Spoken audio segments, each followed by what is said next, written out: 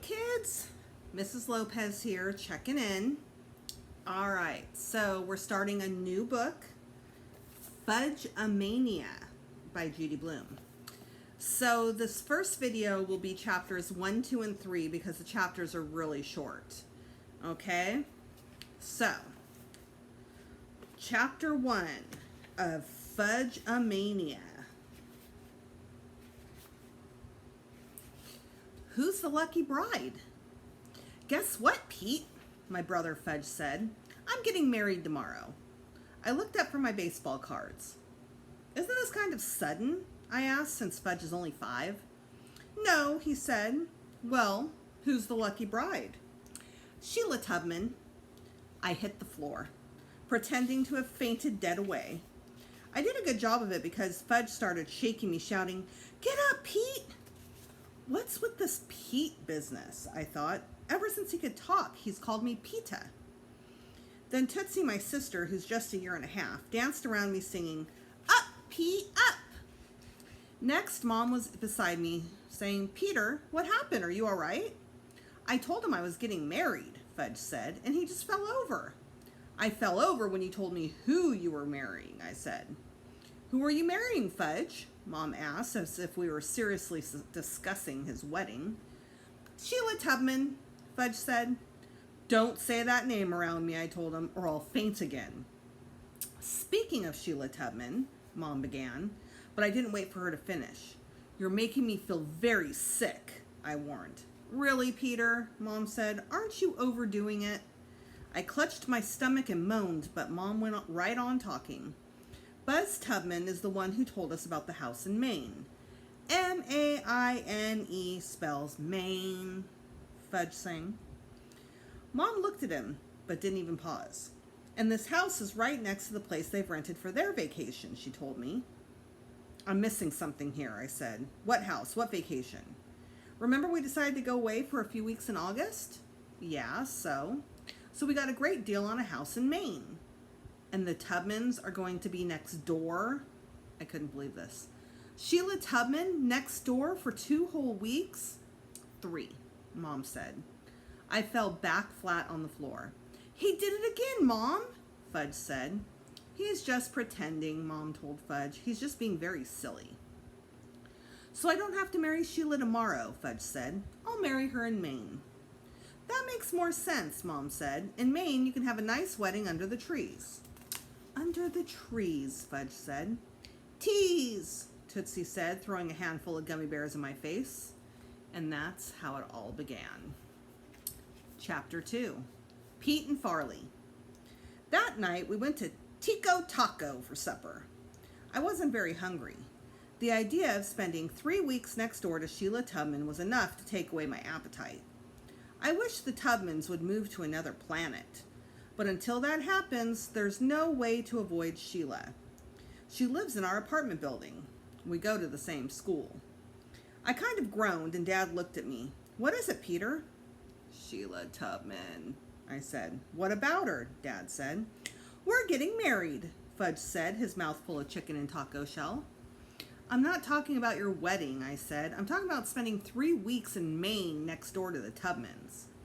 It won't be as bad as you think, Mom said. You don't know how bad I think it'll be. She's older now. She's finished 6th grade, same as you. What's age got to do with it, I said. She'll still be the queen of cooties. What's cooties? Fudge asked. When I didn't answer, he tugged on my sleeve. What's cooties, Pete?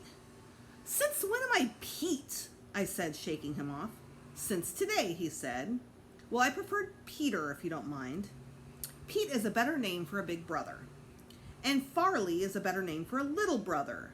I figured that would shut him up, since his real name is Farley Drexel Hatcher, and he's ready to kill anybody who calls him that.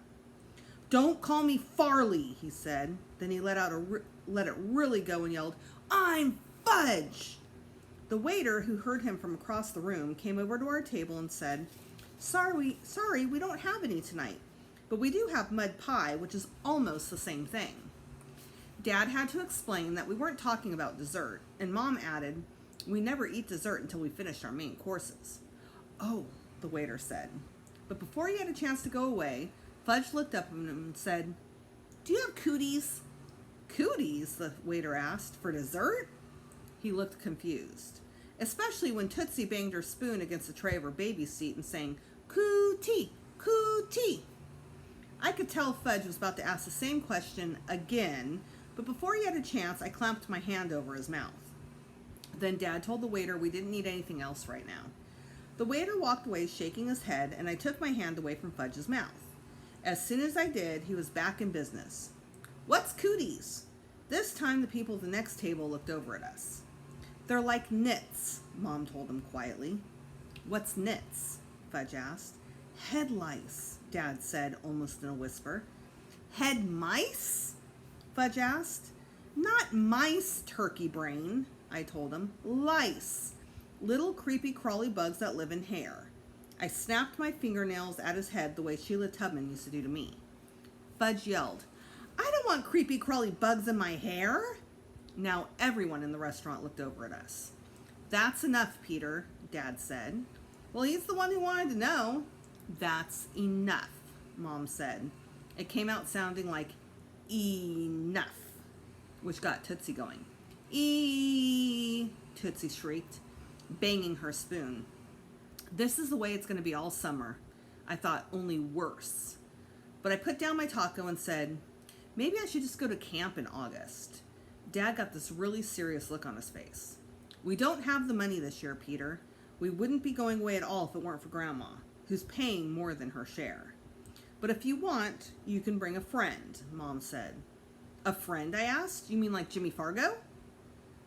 They both nodded. "Jimmy is my best friend in New York. We always wanted to spend the summer together." "What about me?" Fudge asked. "Can I bring a friend too?" I held my breath. "You'll find a friend in Maine," Mom told him. "Suppose I don't?" Fudge asked. "You're getting married," I reminded him. "Does that mean I don't get a friend?" Fudge asked. "Of course not," Mom told him. "I'm married and I have friends. Daddy's married and he has friends." "What about Uncle Feather?" I said. "Uncle Feather is Fudge's minor bird. He's your friend, isn't he?" "I can't play with Uncle Feather," Fudge said. "He's not that kind of friend, and I can't marry him either. If he was a girl bird, it would be different." "People don't marry birds," I told him. "Some people do." "Name one," I said. "The guy who's married to Big Bird on Sesame Street." "Big Bird's not married," I said. "That's how much you know," Fudge shouted. He learned to say that every time someone disagrees with him. It's a real conversation stopper. "I give up," I said, going back to my taco, which was getting soggy. "Up," Tootsie repeated, holding out her arms. "Up, up, up." Dad lifted her out of the baby seat, and she squirmed until he put her down.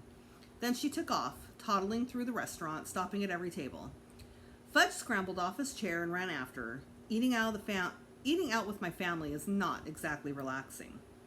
"Here, girl," Fudge said as if he were calling a dog. "Here's something just for you."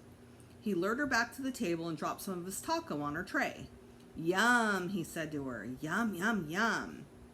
Dad put Tootsie back in her seat. She stuffed the chicken pieces into her mouth. "I always know what Tootsie wants," Fudge said. "That's why I'm her favorite brother." "Tootsie doesn't have favorites," Mom told him. "She loves both her brothers."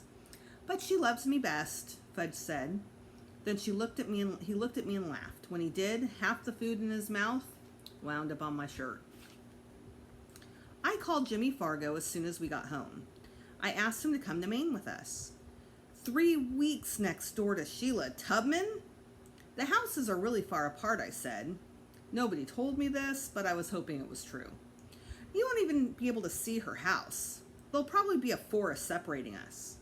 When he didn't say anything, I added, "And don't forget, Sheila's scared of dogs, so we can get Turtle after her anytime she tries to give us trouble." Turtle is my dog. He's big enough to look scary, but he'd never hurt anybody. Lucky for us, Sheila doesn't know that. Jimmy laughed. "Maybe I can come for a week." "A week isn't long enough." "Hey, Peter, no offense, but a week with your family can feel like a long time." That's because Jimmy's the only kid in his family. His parents are divorced. He lives with his father, Frank Fargo, who's a painter. "How about 2 weeks?" I said. "Is your brother bringing the minor bird?" "Yeah, Uncle Feather's part of the family," I told him, "same as Turtle." "So it'll be your mother, your father, Fudge, Tootsie, Turtle, Uncle Feather, and you." "Right. I said, and my grandmother's coming too. The one who taught you to stand on your head? Yeah. Grandma Muriel is Mom's mother.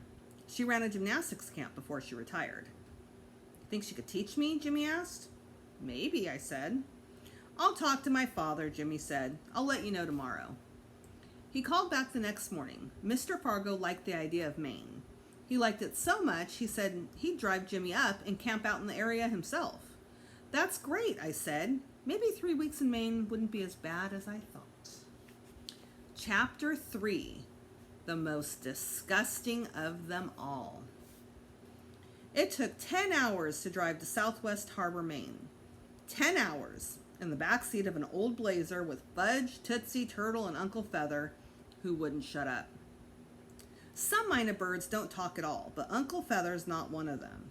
He'll repeat anything you say.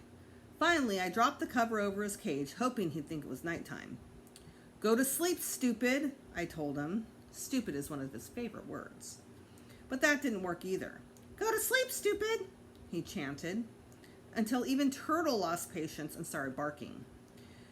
Grandma's really smart, I thought. She's flying up to Maine. As we got closer to our destination, Mom started reading to us from a guidebook.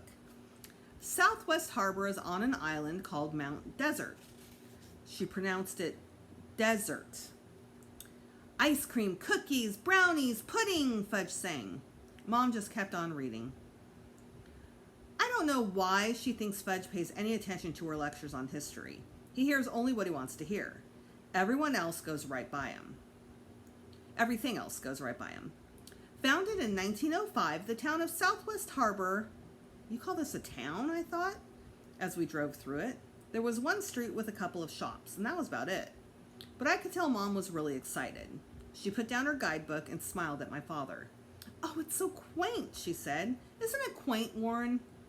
And my father smiled back and said, It's perfect, honey. Fudge chucked Tootsie's under her chin. It's perfect, honey, he said, imitating my father. Then Uncle Feather started. Honey, honey, honey. For some reason, Tootsie thought that was wildly funny, and she laughed until she got the hiccups. Mom passed a bottle of water to the back seat, and I stuck it in Tootsie's mouth. Take a left here, Warren, Mom said to Dad. We turned onto a dirt road, then pulled into a gravel driveway and parked in front of an old, weathered wood house. The first person I saw was the Queen of Cooties herself. She was standing on the seat of a rope swing. It hung from the branch of a big tree in the front yard. She was swinging pretty high when I opened the back door of the Blazer and Turtle jumped out. It had been almost 4 hours since I walked him, and he really had to go. He raced for the woods behind the house, but Sheila thought he was heading straight for her. Help! She screamed, wobbling on the swing. Somebody please help! She lost her balance and fell to the ground. What a dork. Mom jumped out of the car and ran to her rescue. It's all right, she said, helping Sheila to her feet. Turtle just had to wee-wee.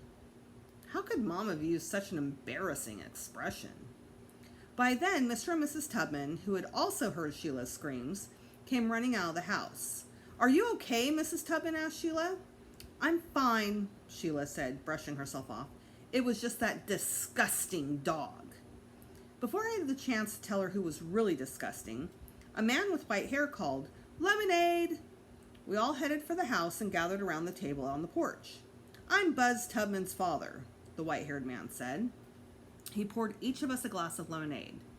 Call me Buzzy Sr. I polished off my drink really fast. Buzzy Sr. poured me another. I gulped it down. Long trip up here, isn't it? He asked. 10 hours, I said, wiping my mouth with the back of my hand. He filled my glass again. I didn't even notice Fudge was watching until then. You must be really thirsty, Pete. Yeah, I said. Remember that time you drank too much Island Punch and I clamped my hand over his mouth? He still doesn't get the difference between stories you tell strangers and stories you keep to yourself. I looked at Buzzy Sr. Fudge knows a lot about dinosaurs, I said, hoping to change the subject. But as soon as I took my hand away from his mouth, Fudge laughed. And Pete knows all about cooties. Well, you can't know too much about cooties, can you, Pete? Buzzy Sr. said, smiling at me. And guess what else, Fudge said. I'm getting married under the trees. Do I know the bride? Buzzy Sr. asked. It's Sheila Tubman, Fudge said. Oh, my granddaughter, Buzzy Sr. said. Sheila's your granddaughter? Fudge asked. Buzzy Sr. nodded. Have you popped the question yet? How do you pop a question? Fudge said. You have to ask if she wants to marry you, Buzzy Sr. explained. Why wouldn't she want to marry me? It's something you have to decide together, Buzzy Sr. said. Okay, Fudge said. He turned towards Sheila, who was sitting in a rocking chair. Hey, Sheila, you want to marry me, right? Sheila laughed so hard she nearly fell out of the chair. See, Fudge said. I popped the question. She wants to marry me. Congratulations, Buzzy Sr. said. You're a lucky man. Lucky, I thought. That's not what I'd call it. The screen door opened and Libby stepped out onto the porch. Libby is Sheila's older sister. She's almost 16, but no one would make the mistake of calling her sweet. She was carrying a small white and brown puppy. Sheila jumped. I expected her to run for her life. Instead, she cooed, "Oh, my baby, my precious furry baby." She kissed the puppy about 20 times. You have a dog? I asked. Yes, Sheila said proudly.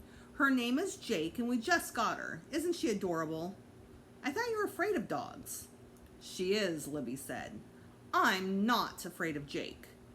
She's afraid of dogs in general, Libby told me. That is so unfair, Sheila said. But it's true, isn't it?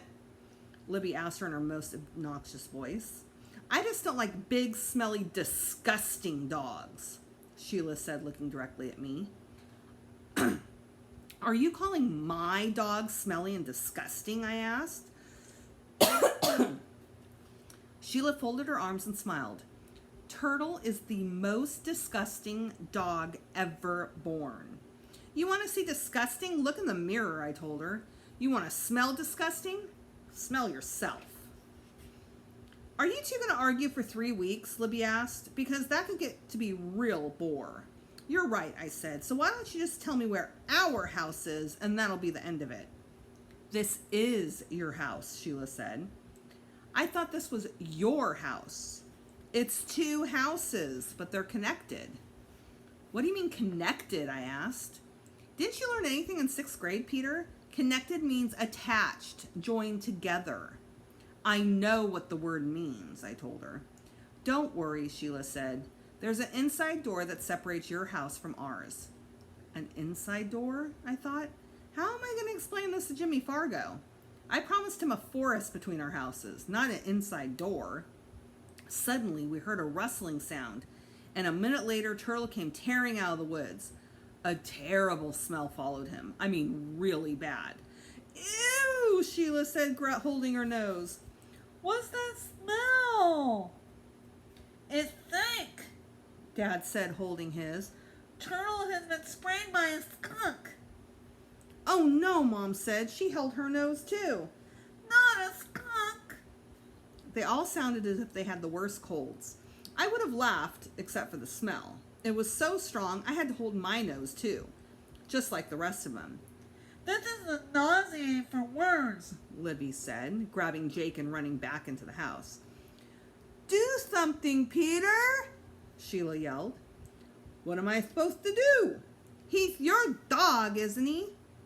Let's not panic, Mr. Tubman said. Let's think this through in a logical way. This isn't the time for logic, Mrs. Tubman said. This is the time for action. Tomato juice, Buzzy Sr. said. Put him in a tub of tomato juice. Where am I supposed to get enough tomato juice to cover him? Mrs. Tubman asked. I'll take care of it, Gene, Dad said. Don't worry. He headed for the blazer. Fudge chased Dad. Wait for me. Where are you going, Warren? For tomato juice, Dad called back.